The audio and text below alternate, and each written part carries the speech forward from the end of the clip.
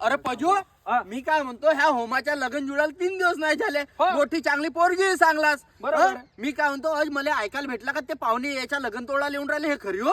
हे गोष्ट 100% खरी आहे दादा. हा. पण त्याचं कारण फक्त मला माहित आहे.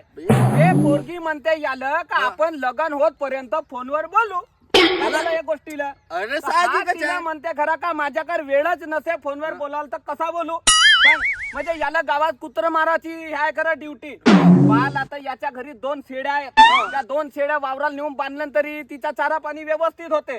मग त्याच्या बाद मध्ये यानं त्या सुनपोरी सोबत फोनवर नाही बोलावं का? बोलायला पाहिजे ना. अरे लोकांचं लग्न नाही जुळत. आज कुवार पोरं नाही का आपापल्या माम्याच्या पोरी मागून राहिल्या जबरदस्तीनं. अरे नाही अरे, भेटत हो, तर. आणि याला निर्व्यसनी गोरी भरारी पोरगी भेटली. आता हा तिच्या म्हणजे फोनवर बोलू नाही शकत तिच्या सोबत.